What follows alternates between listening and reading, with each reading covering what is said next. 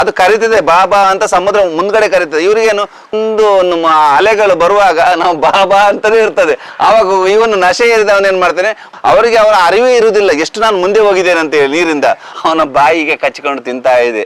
ತುಂಬಾ ಬೇಜಾರಿದೆ, ಯಾಕೆಂದ್ರೆ ಮುಖ ತಿಂತಾ ಇದೆ ಅದು. ಏಡಿ ಅಂತಾರೆ. ನೀವ್ ಏಡಿ ಅಂತೀರಿ, ನಾವು ನಮ್ ಕಡೆ ಎಸಡು ಅಂತಾರೆ. ಅವ್ರು ಅರ್ಧ ದಡಕ್ಕೆ ಹೋದಾಗ ಪ್ಯಾನಿಕ್ ಅಟ್ಯಾಕ್ ಆಗ್ತದೆ ಮಕ್ಕಳಿಗೆ. ಏನಂದ್ರೆ ಭಯ ಪಡ್ಕೊಳ್ತಾರೆ. ಯಾಕೆಂದ್ರೆ ಅವರು ನೀರ್ನ ಆಳದಾಗ ಹಿಂದೆ ನೋಡುವಾಗ ತುಂಬಾ ದೂರ ದಾಟಿ ಬಂದಿರ್ತಾರೆ. ಯೂಟ್ಯೂಬ್ ಇದೆ ಅಲ್ಲ, ಯೂಟ್ಯೂಬ್ ಅಲ್ಲಿ ಯಾವುದೇ ಡೆಡ್ ಬಾಡಿನ ತೋರಿಸುವಾಗಿಲ್ಲ, ದೇಹಗಳನ್ನ. ಅದು ಸುಮಾರು ಜನ ಹೇಳ್ತಾರೆ. ಆದ್ರೆ ಅದು ಜಾಗ ಬಂದ್ ಕೂಡಲೇ ನಾವು ಕತ್ರಿ ಆಗ್ತೇವೆ. ಯಾಕೆ ಕತ್ರಿ ಆಗ್ತೇವೆ ಅಂದ್ರೆ, ಅದು ಒಂದ್ ವೇಳೆ ನಾವು ಅಲ್ಲಿ ಹಾಕ್ಲಿಲ್ಲ ಅಂದ್ರೆ ಯೂಟ್ಯೂಬ್ ಅವರೇ ಅದಕ್ಕೆ ಡಿಲೀಟ್ ಮಾಡಿ. ಸೆನ್ಸರ್ ಅನುಮತಿ ಇಲ್ಲ, ಸೆನ್ಸರ್ ಎಲ್ಲ ಅನುಮತಿ ಇಲ್ಲ, ಅದಕ್ಕೆ ಅನುಮತಿ ಇಲ್ಲ. ದಡದಲ್ಲಿ ಆದ್ರೂ ಗೊತ್ತಾಗ್ತದೆ, ಏನಾದ್ರು ಬಂಡೆಯಿಂದ ಹಾರಿ ತಲೆ ಹೊಡೆದು ಕೆಳಗೆ ಬಿದ್ದ ಅಂತ ಹೇಳ್ಬೋದು. ನೀರು ಮಧ್ಯಭಾಗದಲ್ಲೇ ತೀರಿ ಹೋಗುದಾದ್ರೆ ಅವನು ಪ್ಯಾನಿಕ್ ಅಟ್ಯಾಕ್ ಆಗಿರ್ಬೇಕು. ಯಾಕಂದ್ರೆ ಒಂದು ಹಾರ್ಟ್ ಅಟ್ಯಾಕ್ ಆಗಿರ್ಬೇಕು, ಒಂದು ಪ್ಯಾನಿಕ್. ಯಾಕಂದ್ರೆ ನಮ್ಮ ಪೊಲೀಸ್ ಇಲಾಖೆ ಆವಾಗಲೇ ಮೇಲೆ ಬಂದು ಹೇಳಿದೆ, ಇದೇನೋ ನೀವು ಒಂದು ದೃಶ್ಯ ಸಿನಿಮಾ ನೋಡಿರ್ಬಹುದು ನೀವು, ದೃಶ್ಯ ಕನ್ನಡ ಪಿಕ್ಚರು, ಆ ಸಿನಿಮಾದೇ ತರ ಮಾಡಿರ್ಬೇಕು. ಯಾಕಂದ್ರೆ ಅದರಲ್ಲಿ ನಾನು ನೋಡಿದ್ದೀನಿ, ಅದರಲ್ಲಿ ಮೈಂಡ್ ಡೈವರ್ಟ್ ಮಾಡುವ ಸಂದರ್ಭಗಳು ಜಾಸ್ತಿ ಇದೆ ಅದರಲ್ಲಿ. ಮಣ್ಣಿನ ಮಗನು ಇವನು.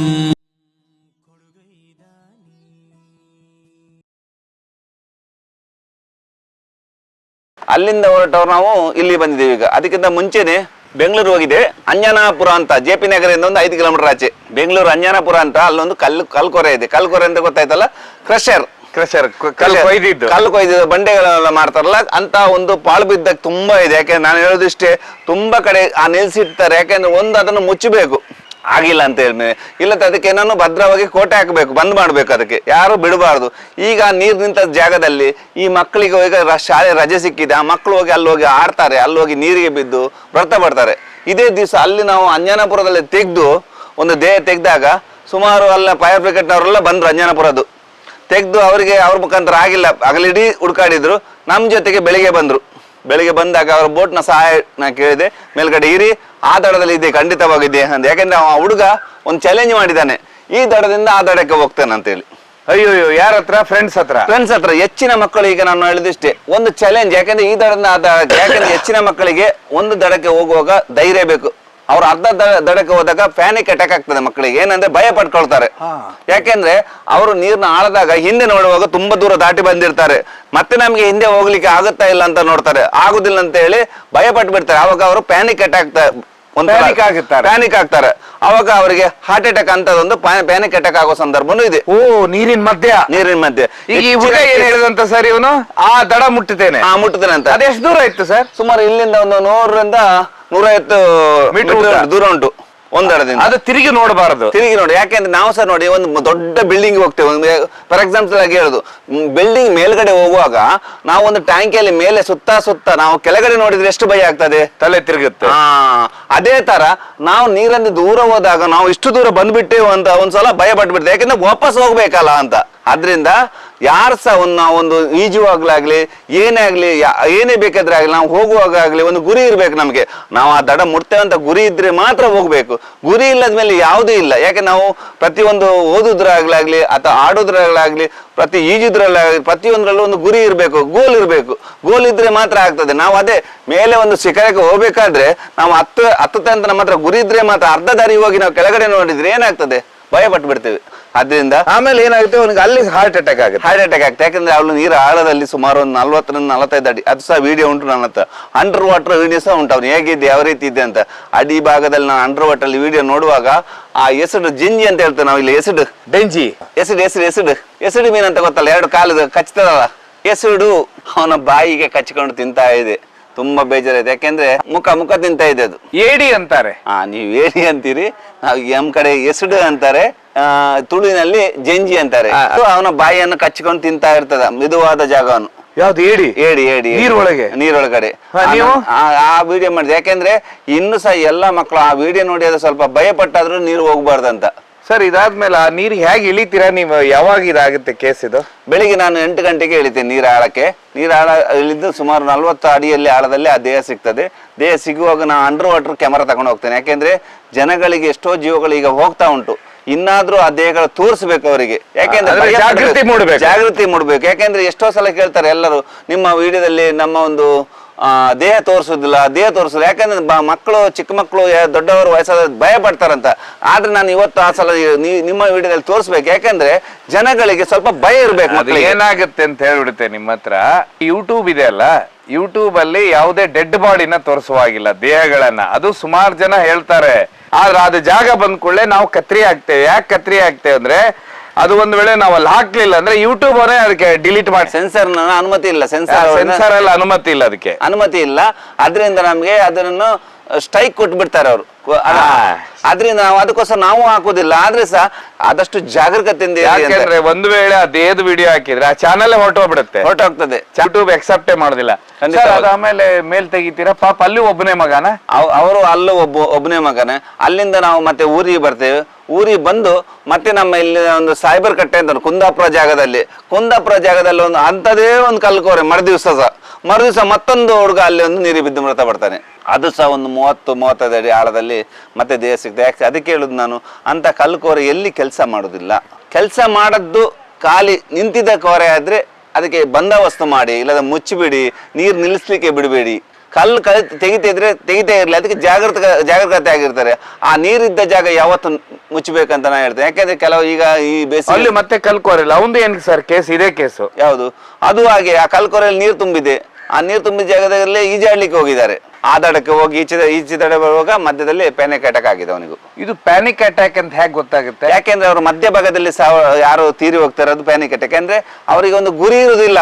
ದಡದಲ್ಲಿ ಆದ್ರೂ ಗೊತ್ತಾಗ್ತದೆ, ಏನಾದ್ರು ಬಂಡೆಯಿಂದ ಹಾರಿ ತಲೆ ಹೊಡೆದು ಕೆಳಗೆ ಬಿದ್ದಂತ ಹೇಳ್ಬೋದು. ನೀರು ಮಧ್ಯಭಾಗದಲ್ಲೇ ತೀರಿ ಹೋಗುದಾದ್ರೆ ಅವನು ಪ್ಯಾನಿಕ್ ಅಟ್ಯಾಕ್ ಆಗಿರ್ಬೇಕು. ಯಾಕಂದ್ರೆ ಒಂದು ಹಾರ್ಟ್ ಅಟ್ಯಾಕ್ ಆಗಿರ್ಬೇಕು, ಒಂದು ಪ್ಯಾನಿಕ್ ಭಯಪಟ್ಟಿ ಇರ್ಬೇಕಂತ ಹೇಳಿ. ಆಗ ಹೊಟ್ಟೆಯಲ್ಲಿ ನೀರು ಇರುತ್ತೆ, ಲಂಗ್ಸ್ ಅಲ್ಲಿ ನೀರು ಇರುತ್ತೆ. ಅದು ಲೆನ್ಸ್ ಅಲ್ಲಿ ನೀರು ಇರ್ತದೆ. ಯಾಕೆಂದ್ರೆ ಲೆನ್ಸ್ ಅಲ್ಲಿ ಇರ್ತದೆ. ಯಾಕೆಂದ್ರೆ ಅಷ್ಟೊತ್ತಿಗೆ ಅವರು ಕೆಲವರು ವಯಸ್ಸಾದವರು ಏನ್ ಮಾಡ್ತಾರೆ, ಡ್ರಿಂಕ್ಸ್ ಮಾಡ್ಕೊಂಡಿರ್ತಾರೆ. ಕೆಲವರು ಡ್ರಿಂಕ್ಸ್ ಮಾಡಿಲ್ಲ ಅಂತ ಹೆದರ್ಕೊಂಡು ಸಾಯುವವರು ಇರ್ತಾರೆ. ಯಾಕೆಂದ್ರೆ ಮತ್ತೊಬ್ಬರು ಡ್ರಿಂಕ್ ಮಾಡಿದವರು ಇರ್ತಾರೆ. ಅದರಲ್ಲಿ ಕೆಲವರು ಆಲ್ಕೋಹಾಲ್ ಅದೇ ಹೇಳಿದಲ್ಲ, ಅಂತ ಮಾದಕ ವ್ಯಸನದಿಂದ ಕೆಲವರು ನೀರು ಆಳದ ಮಧ್ಯಭಾಗ ಹೋಗಿ ಭಯ ಪಟ್ಕೊಂಡು ಹೃದಯ ಬಡಿತ ಜಾಸ್ತಿ ಆಗಿ ಹಾರ್ಟ್ ಅಟ್ಯಾಕ್ ಆಗೋ ಸಂಭವ ಜಾಸ್ತಿ ಇರ್ತದೆ. ಯಾವತ್ತು ಈಜು ಹೊತ್ತಿ ಕುಡಿಬಾರದು. ನಾನು ಅದೇ ಯಾವತ್ತು ನೀರಲ್ಲಿ ನಾವು ಈದರಿಂದ ಆದ್ರೆ ತುಂಬಾ ಶ್ರಮ ಪಟ್ಟು ಓದುವಾಗ ನಮ್ಮ ಹೃದಯ ಬಡಿತ ಜಾಸ್ತಿ ಚಾಲನೆ ಆಗ್ತದೆ. ಅವಾಗ ಅಂತವರು ಯಾರು ಸಹ ಡ್ರಿಂಕ್ಸ್ ಮಾಡ್ಕೊಂಡು ನೀರಾಳದಲ್ಲಿ ಯಾರೋ ಸ್ವಿಮ್ಮಿಂಗ್ ಮಾಡಬಾರ್ದು ಅಂತ ಹೇಳ್ತೇನೆ. ಯಾಕಂದ್ರೆ ಈಗ ನಾವು ಡ್ರೈವಿಂಗ್ ಸಹ ಒಂದೇ, ಡ್ರೈವಿಂಗ್ ಮಾಡ್ಕೊಂಡಾಗ ನಮ್ಗೆ ಹೇಗೆ ರೋಡಲ್ಲಿ ಆಕ್ಸಿಡೆಂಟ್ಗಳು ಆಗ್ತದೆ, ಅದೇ ರೀತಿ ಸಹ ನೀರಲ್ಲಿ ನಾವು ಕುಡಿದು ಡ್ರಿಂಕ್ಸ್ ಮಾಡ್ಕೊಂಡು ಸ್ವಿಮ್ಮಿಂಗ್ ಮಾಡಿದ್ರೆ ನೀರಿನ ಮಧ್ಯಭಾಗದಲ್ಲಿ 100 ಆಗಲಿ 200 ಮೀಟರ್ ದೂರದಲ್ಲಿ ಅವರಿಗೆ ಪ್ಯಾನಿಕ್ ಅಟ್ಯಾಕ್ ಅಥವಾ ಹಾರ್ಟ್ ಅಟ್ಯಾಕ್ ಆಗೋ ಸಂಭವ ಜಾಸ್ತಿ ಆಗಿಬಿಡುತ್ತೆ. ಯಾಕಂದ್ರೆ ಜಾಸ್ತಿ ಅವರು ಪ್ರೆಷರ್ ಆಗ್ತಾರೆ, ಅಲ್ಲಿ ತಮ್ಮ ತಾಕತ್ ತೋರಿಸ್ತಾರೆ ಅವರು. ಯಾಕಂದ್ರೆ ಅವ್ರು ಕುಡ್ದ ಮತ್ತಲ್ಲಿ ಜಾಸ್ತಿ ಈಗ ಜಿಮ್ಮಿಗೆ ಹೇಗೆ ಹೋಗ್ತಾರೆ, ತಮ್ಮ ಒಂದು ತಾಕತ್ತನ್ನು ಅಲ್ಲಿ ಜಾಸ್ತಿ ಇಂಗ್ಲಿಷ್ ತಕೊಂಡು ಜಿಮ್ ಅಲ್ಲಿ ಕೆಲವರು ಎಕ್ಸರ್ಸೈಸ್ ಮಾಡ್ತಾರೆ. ಯಾಕಂದ್ರೆ ಅವ್ರ ಹೃದಯಕ್ಕೆ ಎಷ್ಟು ಬೇಕು ಅಷ್ಟೇ ಮಾಡ್ಬೇಕು. ಅದಕ್ಕಿಂತ ಜಾಸ್ತಿ ಔಷಧಿ ತಗೊಂಡು ಮಾಡಿದ್ರೆ ಕೆಲವರು ಜಿಮ್ ಅಲ್ಲಿ ಸಹ ಈ ತರ ಆಗುವ ಸಂದರ್ಭ. ಆದ್ರೆ ಬಟ್ ಇಲ್ಲಿ ಒಂದು ಸರ್, ನೀವು ಹೇಳಿದ್ದು ಕರೆಕ್ಟ್ ಇದೆ ಮಾತು. ಪ್ಯಾನಿಕ್ ಅಟ್ಯಾಕ್ ಅಂದ ಕೂಡಲೇನೆ ಸುಮಾರು ಜನ ಬೀಚಿ ಬಂದಿರ್ತಾರಲ್ಲ, ಅವ್ರು ಕುಡ್ದಿರ್ತಾರೆ ಚೆನ್ನಾಗಿ, ಬೀಚಲ್ಲಿ ತುಂಬಾ ಈಜಾಡ್ಲಿಕ್ಕೆಲ್ಲ ಹೋಗಿ ಸತ್ತೇ ಹೋಗ್ಬಿಡ್ತಾರೆ. ಯಾಕೆಂದ್ರೆ ಅವ್ರಿಗೆ ಬೀಚಿಗೆ ನಾವು ಎಷ್ಟೋ ಸಲ ಬೀಚಿಗೆ ಬರ್ತಾರೆ. ಬೀಚಿ ನೋಡುವಾಗ ಅವ್ರಿಗೆ ಖುಷಿ ಆಗುತ್ತೆ. ಯಾಕಂದ್ರೆ ನೋಡುವಾಗ ಅದು ಕರೀತಿದೆ, ಬಾಬಾ ಅಂತ ಸಮುದ್ರ ಮುಂದ್ಗಡೆ ಕರೀತದೆ. ಇವ್ರಿಗೇನು ಕುಡ್ದ ನಶೆಯಲ್ಲಿ ಮುಂದೆ ಹೋಗ್ತಾರೆ. ಅವರಿಗೆ ಅವರ ಅರಿವೇ ಇರುವುದಿಲ್ಲ ಎಷ್ಟು ನಾನು ಮುಂದೆ ಹೋಗಿದ್ದೇನೆ ಅಂತ ಹೇಳಿ ನೀರಿಂದ. ಅವಾಗ ಅಲ್ಲಿ ಏನಾಗ್ತದೆ, ಆ ಸಮುದ್ರದ ಅಲೆಗಳು ಮುಂದೆ ಬಂದು ರಿಟರ್ನ್ ಹೇಳ್ಕೊಂಡು ಅವ್ರನ್ನ ಹೇಳ್ಕೊಂಡೇ ಹೋಗ್ತದೆ. ಅಲ್ಲ ಸರ್, ಅದೇನಂತೆ ಬಾ ಬಾ ಅನ್ನತ್ತೆ, ಬಾಬಾ ಅನ್ನೋ. ಯಾಕಂದ್ರೆ ನಮ್ಮ ಸಮುದ್ರ ನೋಡ್ಲಿಕ್ಕೆ ಪ್ರಕೃತಿ ಸುಂದರವಾಗಿರ್ತದೆ. ಆ ಒಂದೊಂದು ಅಲೆಗಳು ಬರುವಾಗ ನಾವು ಬಾಬಾ ಅಂತಾನೆ ಇರ್ತದೆ. ಆವಾಗ ಇವನು ನಶೆ ಏರಿದವನು ಏನ್ ಮಾಡ್ತಾನೆ, ಮುಂದೆ ಮತ್ತೂ ಹೋಗ್ತಾನೆ. ಆವಾಗ ಅಲ್ಲಿ ಆಕಸ್ಮಿಕವಾಗಿ ಆ ಸಮುದ್ರದ ಅಲೆಗಳಿಗೆ ಸಿಲುಕಿ ಮೃತಪಡೋದು. ಸೂಕ್ಷ್ಮವಾಗಿದೆ, ಚೆನ್ನಾಗಿರ್ತದೆ. ಯಾಕಂದ್ರೆ ಸಮುದ್ರ ಅಲೆಗಳು ಬರೋದು ಈಗ ದೊಡ್ಡದಾಗಿ ಬರ್ತದಲ್ಲ, ಅವನಿಗೆ ಕೊಟ್ಟು ಮತ್ತಿನಲ್ಲಿ ಗೊತ್ತಾಗುದಿಲ್ಲ ಅಂತ ತಿಳ್ಕೊಬೇಡಿ. ಯಾಕಂದ್ರೆ ಈ ರೀತಿ ಆಗಿರ್ತದೆ ಖಂಡಿತವಾಗಿಯೂ. ನಿಜ ಅಲ್ಲಲ್ಲ, ಇದು ತಪ್ಪು ಅನ್ನೋದಲ್ಲ. ಕೆಲವೊಮ್ಮೆ ಯಾಕೆ ನಾವು ಈ ರೀತಿ ತಲೆಯಲ್ಲಿ ಇರ್ಲಿ. ಹೌದು. ಯಾಕೆಂದ್ರೆ ನೋಡಿ, ಆ ಸಮುದ್ರವನ್ನು ಯಾಕೆಂದ್ರೆ ನನ್ನ ಕಣ್ಣು ಮುಂದೆನೆ ಒಂದು ತಾಯಿ 2 ಮಕ್ಕಳನ್ನು ಕರ್ಕೊಂಡು ಬಂದಿದ್ದಾಳೆ.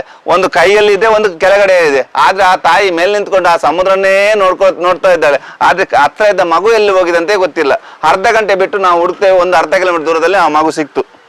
ಅವಾಗ ಲೆಕ್ಕ ಹಾಕಿ, ಹಾಗಾದ್ರೆ ತಾಯಿ ಜೀವಂತ ಇತ್ತು, ಮಗು ಆ ತಾಯಿ ಏನಂತ ನೆನೆಸ್ಕೊಳ್ಳಿ, ನೀರಲ್ಲಿ ಹೋಗಿದ ಅಥವಾ ಯಾರ ಕರ್ಕೊಂಡು ಹೋಗಿದ, ಏನಾಗಿದೆ ಅಂತ ಹೇಳಿ. ಸರ್ ಇದು ಮಲ್ಪೆ ಬೀಚಲ್ಲಿ ಆಗಿದೆ. ಸಮುದ್ರ ನೋಡ್ತಾ ಇದ್ದಾರೆ. ಅಲೆ ನೋಡ್ತಾ ಇದ್ಲು. ಅವಾಗ ಅವಳೇನು ಆ ಅಲೆಗಳಿಗೆ ಮಗ್ನನಾಗಿರ್ತಾಳೆ. ಚಂದ ಆ ಸೂರ್ಯನ ಒಂದು ಅಸ್ತ ಆಗುದು ನೋಡ್ತಾ ಇರ್ತಾರೆ ಒಂದ್ ಕಡೆ, ಆ ನೀರಡಿಗೆ ಹೋಗುದು. ಆಮೇಲೆ ಅಲೆಗಳು ನೋಡ್ತಾರೆ, ಅದ್ರಲ್ಲೇ ಭ್ರಮಣೆ ಅದ್ರಲ್ಲಿ ಇಟ್ರೆ ತನ್ನ ಹತ್ತಿರದ ಮಗುನೇ ಕಳ್ಕೊಂಡದು ಗೊತ್ತಿರೋದಿಲ್ಲ. ಆ ಮಗು ಒಂದು ಅರ್ಧ ಕಿಲೋಮೀಟರ್ ದೂರದಲ್ಲೇ ಆಡ್ತಾ ಉಂಟು ಬೇರೆ ಕಡೆ. ಮತ್ತೆ ಮೈಕದಲ್ಲಿ ಹೇಳಿದಾಗ ಆ ಮಗು ನಾವು ಕರ್ಕೊಂಡು ಬಂದು ಆ ತಾಯಿಗೆ ಒಪ್ಪಿಸಿದ್ದೇವೆ. ಗೊತ್ತೇ ಇಲ್ಲ, ಯಾಕಂದ್ರೆ ಮಗು ಆ ಸಮುದ್ರದಲ್ಲಿ ಹೋಯ್ತಾ ಎಲ್ಲಿ ಹೋಯ್ತಾ ಅಂತ ಭಯ ಪಟ್ಟು ಬಿಟ್ಟಿದ್ದಾಳೆ. ಅದಕ್ಕೆ ಹೇಳೋದು, ಸಮುದ್ರ ಹತ್ರ ಬಂದಾಗ ತುಂಬಾ ಸೂಕ್ಷ್ಮವಾಗಿ ಜಾಗೃತೆಯಾಗಿರ್ಬೇಕು. ಅದಕ್ಕೆ ಒಂದು ಮೈದುಂಬಿ ನಾವು ಮನಸ್ಸನ್ನು ಕೊಟ್ಬಿಟ್ರೆ ನಮ್ಮನ್ನು ಸೆಳ್ಕೊಂಡು ಹೋಗ್ಬಿಡ್ತು, ಸಮುದ್ರ ಸೆಳೆಯುತ್ತೆ. ಸರ್, ಇದೆಲ್ಲದಕ್ಕಿಂತ ಹೆಚ್ಚಾಗಿ ನಿಮಗೊಂದು ಇಡೀ ಜರ್ನಿಯಲ್ಲಿ ನಿಮಗೊಂದು ಅಟ್ರ್ ಫ್ಲಾಪ್ ಒಂದು ಸ್ಟೋರಿ ನೋಡಿದ್ರ ನೀವು, ಒಂದು ಹೆಣ್ಮಗಳದು. ಏನದು ಕತೆ ಏನಾಗುತ್ತೆ ಸರ್? ಅದು ನಿಮ್ ಇಡೀ ಜೀವನದಲ್ಲಿ ನೀವ್ ಎಲ್ಲ ಕಡೆ ಶವ ಹುಡುಕ್ತೀರಾ, ಸಿಕ್ಕಿದೆ, ಆದ್ರೆ ಈ ರೀತಿ ಕೇಸ್ ಎಷ್ಟಾಗಿದಾವೆ? ಒಂದು ಇಂಥದ್ದೊಂದು ಒಂದು 3-4 ಇದು ಯಾಕೆಂದ್ರೆ ಈ ನಮ್ಗೆ ದಿಕ್ಕು ತಪ್ಪಿಸುವ ಒಂದು ಕೇಸು 3-4 ಕೇಸ್ ಆಗಿದೆ. 22, 23, 25 ವರ್ಷದ ವಯಸ್ಸಿನ ಒಂದು ಹೆಣ್ಮಗಳು, ಒಂದು ತಾಯಿ ಏನ್ ಮಾಡ್ತಾಳೆ, ತನ್ನ ಒಂದು ಕಂಪನಿಯಲ್ಲಿ ಕೆಲ್ಸಕ್ಕಿರ್ತಾಳೆ. ಆ ಕೆಲಸ ತನ್ನ ಗಂಡನದೇ ಇನ್ಚಾರ್ಜ್. ಆ ತಾಯಿ ಅಲ್ಲಿ ಕೆಲಸ ಇದ್ರು, ಗಂಡನ ಆಫೀಸು. ಆ ಗಂಡನ ಆಫೀಸಲ್ಲಿ ಮತ್ತೊಬ್ಬ ಇನ್ಚಾರ್ಜ್ ಇರ್ತಾನೆ, ಮೇಲ್ವಿಚಾರ ನೋಡ್ಕೊಳ್ಳೋವನು. ಆದ್ರೆ ನಮ್ಗೇನಾಯ್ತು, ಅಲ್ಲಿ ನಮ್ಗೆ ಕರೆ ಬರ್ತದೆ. ಎಲ್ಲಿ ನಮ್ಗೆ ಬಂದದ್ದು, ಅಲ್ಲೊಂದು ಚಿಕ್ಕಮಂಗ್ಳೂರು, ಅಲ್ಲೇ ಬೇಲೂರು ಹತ್ರ ಕರೆ ಬರ್ತದೆ. ಯಾರೋ ಹೆಣ್ಮಕ್ಳೊಬ್ರು ಯಾರೋ ಆತ್ಮಹತ್ಯೆ ಮಾಡ್ಕೊಂಡಿದ್ದಾರೆ ಅಥವಾ ಯಾರೋ. ನಮ್ಗೆ ವಿಚಿತ್ರ ಆಯ್ತು, ಹೇಗೆ ಗೊತ್ತಾಗುತ್ತೆ ಆತ್ಮಹತ್ಯೆ ಆಗಿದೆ ಅಂತ? ಅಲ್ಲ, ನೀರಿಗೆ ಬಿದ್ದಿರಂತ ಆ ದಿವಸ ಫುಲ್ಲು ಎಲ್ಲ ವಿಡಿಯೋದಲ್ಲಿ ಸಹ ಬರ್ತಾ ಉಂಟು. ಮಾಡಿ ನೀರಿಗೆ ಹಾಕಿದಾರಂತ ಕೇಸ್ ಬರ್ತದೆ. ಆವಾಗ ನಾನು ಯಾರಪ್ಪ ಹೆಣ್ಮಗಳು ಏನಾಯ್ತು ಅಂತ ಕೇಳಿದ್ರೆ, ಆ ಜಾಗದಲ್ಲಿ ಆ ಹೆಣ್ಮಗಳ ಒಂದು ವಸ್ತ್ರ ಹೇಳಿಕೆ ಬೇಜಾರಾಗ್ತದೆ ನಮ್ಗೆ ಮತ್ತೆ. ಯಾಕೆಂದ್ರೆ ಆ ಹೆಣ್ಮಗಳ ಒಳ ಉಡುಪು ಒಂದು, ಆಮೇಲೆ ಅವಳು ಹಾಕೊಂಡ jeans pant, jeans leggings, shirt, Aadhaar card, ಆಮೇಲೆ ಅವಳ ಬ್ಯಾಗ್ ಆ ಕೆರೆಯ ದಡದಲ್ಲಿ ಪತ್ತೆ ಆಗ್ತದೆ. ಆಧಾರ್ ಕಾರ್ಡ್ ಒಂದು ಅರ್ಧ ಕಿಲೋಮೀಟರ್ ದೂರದಲ್ಲಿ ಸಿಗ್ತದೆ. ಎಲ್ಲ ಭಯದ ವಾತಾವರಣ. ಆವಾಗ ಏನಾಯ್ತು, ಅದೆಲ್ಲ ಸಿಕ್ಕುವಾಗ ಒಂದು ನಮ್ಮ ಯಾತ್ರೆಗೆ ಹೋಗುವವರಿಗೆ ಒಬ್ರು ಕಾರ್ಡ್ ಸಿಗ್ತದೆ. ಅವಾಗ ಕಾರ್ಡ್ ಸಿಗ್ತದೆ, ಅವಾಗ ಏನಾಗ್ತದೆ, ತೋರಿಸ್ತಾರೆ ಇದು ಆ ಮಿಸ್ಸಿಂಗ್ ಆದ ಹುಡುಗಿದ ಅಂತ ಹೇಳ್ತಾರೆ, ಹೆಣ್ಮಕ್ಳದಂತ. ಅವಾಗ ಏನ್ ಮಾಡ್ತಾರೆ, ಭಯ ಪಡ್ತಾರೆ. ಯಾಕಂದ್ರೆ ಅಷ್ಟು ಜಾಗನು ಆ ಕೆರೆಯ ಹತ್ರ ಸಿಗ್ತದೆ. ತಾಯಿ ಮನೆಯಿಂದ ಹೋಗಿದ್ದವಳು ಮಿಸ್ಸಿಂಗ್ ಆಗಿರ್ತಾಳೆ. ವಾಪಸ್ ಬರುವತ್ತಿಗೆ ಸಂಜೆ ಹೊತ್ತಿಗೆ ಅವಳು ಇಲ್ಲ. ಯಾಕೆ ಮನೆಯೆಲ್ಲ ಮೊಲ್ಲ ಹುಡುಕ್ತಾರೆ ಇಲ್ಲ ಅಂತ ಹೇಳಿ. ಅವಾಗ ಏನಾಗ್ತದೆ, ಅವ್ರಿಗೆ ಸೂಕ್ಷ್ಮ ಎಲ್ಲ ವಸ್ತುಗಳು ಸಿಗುದು ಆ ಕೆರೆ ಹತ್ರ.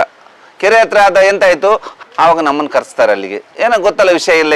ಈಗ ಹೆಣ್ಮಕ್ಳಿಗೆ ಅಂದ್ರೆ ನಮ್ಮ ಭಾರತ ದೇಶದಲ್ಲಿ ಅವಳಿಗೆ ಒಳ್ಳೆ ಸ್ಥಾನ ಇದೆ, ದೇವತೆ ಸ್ಥಾನ ಕೊಡ್ತಾರೆ. ಅಂತಂದ್ರೆ ಒಂದು ಹೆಣ್ಣುಮಕ್ಳಿಗೆ ಈ ರೀತಿ ಆದ್ರೆ ಅದಕ್ಕೆ ಎಲ್ಲರೂ ಹುಡುಕಾಡ್ಲಿಕ್ಕೆ ಶುರು ಮಾಡ್ತಾರೆ. ನಮ್ಮ ಪೊಲೀಸ್ ಇಲಾಖೆ ಹುಡುಕ್ತದೆ, ಸ್ಥಳೀಯರು ಹುಡುಕ್ತಾರೆ. ಅದು ಎಲ್ಲೂ ಸಿಗುದಿಲ್ಲ, ಅವಳು ಏನು ಕುರುಹು ಸಿಗುದಿಲ್ಲ. ಯಾಕೆಂದ್ರೆ ಅವಳು ಅಲ್ಲಲ್ಲಿ ವಸ್ತುಗಳು ಮಾತ್ರ ಸಿಕ್ಕಿದೆ, ಅವಳು ಎಲ್ಲಿದ್ದರಂತ ಯಾರಿಗೂ ಗೊತ್ತಾಗಿಲ್ಲ. ನಾವು ಹೋಗ್ತೇವೆ, ನಾವು ರಾತ್ರಿ ಹೋಗುವಾಗ ರಾತ್ರಿ 9 ಗಂಟೆ ಆಗ್ತದೆ. ಏನು ಮಾಡೋದು, ಆ ಕೆರೆ ದಡದಲ್ಲಿ ಸುಮಾರು 300 ಮೀಟರ್ ಅಷ್ಟು ಹುಡುಕ್ತೇನೆ ನಾನು ಅಲ್ಲಿ ರಾತ್ರಿ ಹೇಳುದು. ಸುಮಾರು 11 ಗಂಟೆ ತನಕ, 9 ಗಂಟೆಯಿಂದ 10, 11, 2 ಗಂಟೆ ಇಡೀ 300 ಮೀಟರ್ ನಾನು ಆ ನೆಲದಿಂದ ಆ ಬುಡದಿಂದ 10 ಮೀಟರ್ ದೂರದಲ್ಲಿ. ಯಾಕೆಂದ್ರೆ ಒಬ್ಬನಿಗೆ ದೇಹ ಬಿಸಾಕ್ಲಿಕ್ಕೆ 10 ಮೀಟರ್ ಮಾತ್ರ ದೂರ ಆಗ್ತದೆ, 10 ಅಡಿ. ಅದಕ್ಕಿಂತ ಜಾಸ್ತಿ ಆಗುದಿಲ್ಲ. ಯಾಕಂದ್ರೆ ಅದು ಹೂಳು ತುಂಬಿದ ಜಾಗ. ಯಾಕಂದ್ರೆ ಅಲ್ಲಿ ಕೆಸರು ಹೂಳು ನಿಂತಿ ಹೋಗಿದೆ. ಯಾಕೆ ನೀರಿಗೆ ಇಳಿದು ಬಿಸಾಕ್ಲಿಕ್ಕೆ ಆಗುದಿಲ್ಲ ಅಲ್ಲಿ. ಅದರಿಂದ ಮೇಲಿಂದನೇ ಬಿಸಾಕಬೇಕು, ಅಷ್ಟು 10 ಅಡಿ ಬಿಸಾಕಬಹುದು. ಯಾಕೆ ನಾನು ದಡದಿಂದ ಒಂದೇ ಸೈಡಿಂದ 200-300 ಮೀಟರ್ ಜಾಗ ನಾನು ತಲಸು ಮಾಡ್ತೀನಿ. ಅದು ಸಹ ಆ ಜಾಗದಲ್ಲಿ ಹೋಗುದೇ ಕಷ್ಟ. ಯಾಕೆಂದ್ರೆ ಅಷ್ಟು ಕಸ, ಕೆರೆ, ಗಲೀಜು. ಯಾಕೆಂದ್ರೆ ಎಲ್ಲರೂ ತಂದು ಗೋಣಿ ತಗೊಂಡು ಹೋಗಿ ಅದಕ್ಕೆ ಬಿಸಾಕ್ತಾರೆ. ಅಂತಹ ಜಾಗದಲ್ಲಿ ಸಹ ನಾನು ಆಳದಲ್ಲಿ ಮುಳುಗ್ತೇನೆ ರಾತ್ರಿ ಇಡೀ. ನಿಮಗೆ ಹಾವಿನ ಭಯ ಇಲ್ವಾ? ಖಂಡಿತವಾಗಿಯೂ. ನನಗೆ ನೀವು ಹೇಳ್ತಿರಲ್ಲ, ಹಾವುಗಳಂದ್ರೆ ನಂಗೆ ಭಯ. ಆದ್ರೆ ಯಾರಾದ್ರೂ ದೇಹಗಳ ನೀರಲ್ಲಿ ಬಿದ್ದರೆ ನನಗೆ ಯಾವ ಭಯನೂ ಇರೋದಿಲ್ಲ. ಯಾಕೆ ನನ್ನ ತಲೆಯಲ್ಲಿರೋದು ಖಾಲಿ ಏನು, ಆ ದೇಹ ಹುಡುಕ್ಬೇಕಂತ ಮಾತ್ರ. ಆ ದೇಹ ಹುಡುಕ್ಬೇಕು, ಅದಕ್ಕೊಂದು ಮುಕ್ತಿ ಹಾಕ್ಬೇಕು, ಮನೆಯವರಿಗೂ ಕೊಡ್ಬೇಕಂತ. ಎಷ್ಟೋ ಜನ ಹೇಳ್ತಾರೆ, ಆ ತಾವರೆಕೆರೆಯಲ್ಲಿ ಅಡಿಯಲ್ಲಿ ಹಾವು ಇರ್ತದೆ, ಆ ಕಂದೋಡಿ ಇರ್ತದೆ, ಆ ಎಲ್ಲ ವಿಷಭರಿತ ಹಾವುಗಳಿರ್ತದೆ. ಆದ್ರೆ ನಾನು ಕೆಲಸ ಮಾಡುವ ನೀರಾಳದಲ್ಲಿ ಹುಡುಕುವಾಗ ಯಾವ ಹಾವುಗಳು ನನ್ನ ಹತ್ರನೂ ಬರಲಿಲ್ಲ. ಯಾಕೆಂದ್ರೆ ಈ ವಿಚಾರ ಯಾಕೆ ಹೇಳ್ತಿದ್ದೇನೆ ಅಂದ್ರೆ, ನಾ ರಾಯಚೂರು ವಿಷಯ ಹೇಳ್ತೇನೆ ಈಗ ಒಂದು ವಿಷಯ, ಆ ಮೊಸಳೆ ವಿಷಯ. ಆಮೇಲೆ ಹೋಗ್ತೀರಾ ಅಲ್ಲಿ? ಆಮೇಲೆ ನಾ ಮೇಲ್ ಬಂದು ಹೇಳ್ತೇನೆ, 300 ಮೀಟರ್ ಹುಡುಕ್ತೇನೆ, ಆ ದೇಹಗಳು ಸಿಗುದಿಲ್ಲ. ನಾ ಹೇಳಿದ್ದೇನೆ, ಇದು ಖಂಡಿತವಾಗಿಯೂ ನಿಮ್ಗೆ ಯಾರು ಪೇಕ್ ಮಾಡಿರ್ಬೇಕು ಅಂತ. ಯಾಕೆಂದ್ರೆ ನನ್ನ ಅಷ್ಟು ಕೆರಿಯರಲ್ಲಿ ಅಂತ ಜಾಗದಲ್ಲಿ ಸಿಕ್ಕಿಲ್ಲ ಅಂತ ಹೇಳಿದ್ರೆ ಅವಳು ಎಲ್ಲಾದ್ರೂ ಜೀವಂತವಾಗಿರ್ಬೇಕು. ಯಾಕೆಂದ್ರೆ ನಮ್ಮ ಪೊಲೀಸ್ ಇಲಾಖೆ ಆವಾಗಲೇ ಮೇಲೆ ಬಂದು ಹೇಳಿದೆ, ಇದೇನೋ ನೀವು ಒಂದು ದೃಶ್ಯ ಸಿನಿಮಾ ನೋಡಿರ್ಬಹುದು ನೀವು, ದೃಶ್ಯ ಕನ್ನಡ ಪಿಕ್ಚರು, ಆ ಸಿನಿಮಾದೇ ತರ ಮಾಡಿರ್ಬೇಕು. ಯಾಕೆಂದ್ರೆ ಅದರಲ್ಲಿ ನಾನು ನೋಡಿದ್ದೀನಿ. ಅದರಲ್ಲಿ ಮೈಂಡ್ ಡೈವರ್ಟ್ ಮಾಡುವ ಸಂದರ್ಭಗಳು ಜಾಸ್ತಿ ಇದೆ ಅದರಲ್ಲಿ. ಒಂದು ಕೇಸನ್ನು ಯಾವ ತರ ತಗೊಂಡು ಹೋಗ್ಬೇಕು, ಅದೇ ತರ ಈ ಪ್ಲಾನ್ ಮಾಡಿರ್ಬೇಕಂತ ನಮ್ಮ ಅಲ್ಲಿನ ಬಂದಿರುವ ಇನ್ಸ್ಪೆಕ್ಟರ್ DSP ಸರ್ಗೆ ಹೇಳ್ತೀನಿ ಈ ತರ ಆಗಿದೆ ಅಂತ. ಅವ್ರು ಸಹ ಹೌದು ಆಗಿರ್ಬೋದು ನೋಡುವ. ನಾನು ಹೇಳಿದೆ ಆದಷ್ಟು ನೀವು ಮೇಲ್ಗಡೆ ವಿಚಾರ ಮಾಡಿ, ಅವಳು ಜೀವಂತವಾಗಿದ್ರೆ ಎಲ್ಲ ಹುಡುಕಿ ಅಂತ ಹೇಳಿದ್ದೀನಿ.